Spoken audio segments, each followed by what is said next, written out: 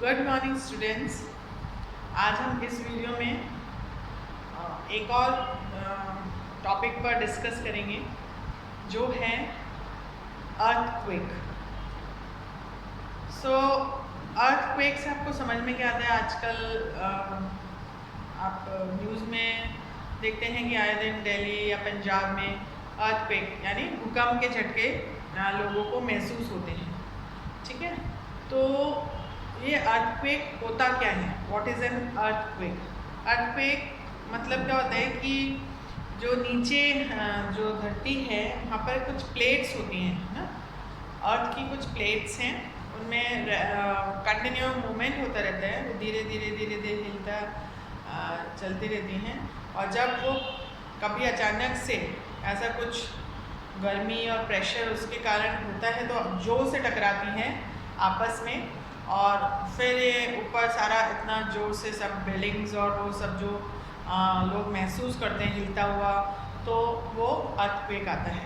कभी नॉर्मल आता है, इसकी फ्रीक्वेंसी अलग अलग होती है। तो इसको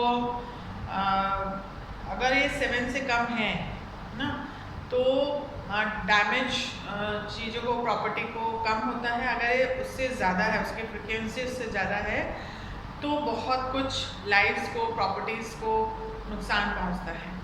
ठीक है, तो ये हमारे हाथ में ये सब जो है डिफॉरेस्टेशन है, और जो पहाड़ों को काट के हम रोड्स बना रहे हैं, घर बना रहे हैं, ये सारा एनवायरनमेंट हमारे कारण बिगड़ रहा है, सारा हम नुकसान पहुंचा रहे हैं। उसके कारण ये जो नेचुरल क्लाइमेटिस जो प्रॉब्लम्स हैं, है ना, तो ये बार बार हो रहे हैं।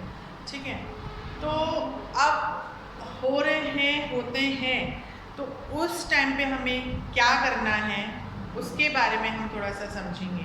ठीक है, तो जैसे ही हमें अर्थक्वेक लगता है कि कुछ हिल रहा है, हम अगर देखते हैं अपना रूम में अगर फैन ऑफ है ना, तो वो हल्का हल्का हिलता है अचानक से, तो एकदम से क्लिक करता है कि यार ये कहीं अर्थक्वेक तो नहीं। ठीक है, तो यह हल्का सा चक्कर आता है, तो उस समय में हमें बिल्कुल अलर्ट हो जाना चाहिए।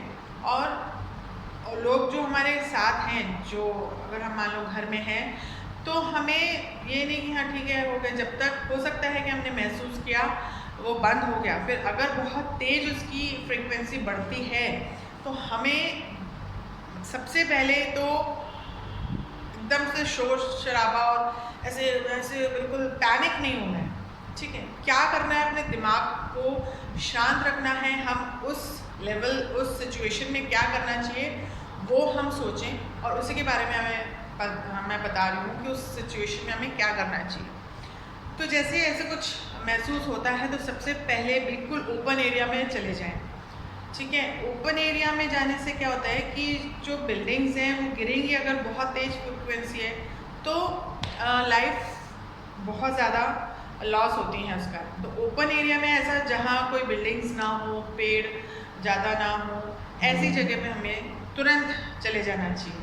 ठीक है, और अगर हम बहुत, मान लीजिए बहुत ऊंची वाले फ्लोर पर हैं, आजकल तो बहुत ऊंचे ऊंचे मकान बन रहे हैं, अगर हम बहुत हाई फ्लोर पर हैं, आना पॉसिबल नहीं है, तो हम लिफ्ट से नहीं आए, बिल्कुल भी नहीं आए, लिफ्ट यूज़ नहीं करना है, कोई भी इलेक्ट्रिकल अप्लायंसेस यूज़ नहीं करने हैं, सबको ऑफ कर देना है। हम जहाँ हैं विंडोज़ वगैरह सब खोल देने, दरवाज़ा से इससे कहीं ब्लॉकेज ना हो अगर कुछ गिरता है। और अगर हम वहाँ उस रूम से निकलने में असमर्थ हैं, हम नहीं निकल पा रहे हैं, तो हमें कुछ ऐसे टेबल, बेंच, जो पलंग, ऐसे कुछ चीज़ है उसके नीचे हमें अपने आप को रखना चाहिए सुरक्षित।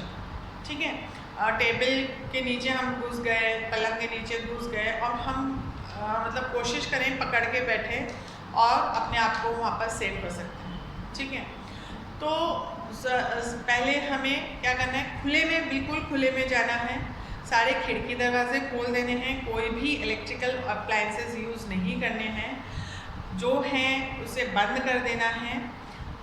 लिफ्ट बिल्कुल यूज़ नहीं करनी है, बिल्कुल भी लिफ्ट यूज़ नहीं करनी है। अगर हम कहीं ऐसे ऐसी जगह पे हैं जहाँ पे लिफ्ट हैं, तो हमें कोशिश करनी है कि हम स्टेयर्स से आ जाएं।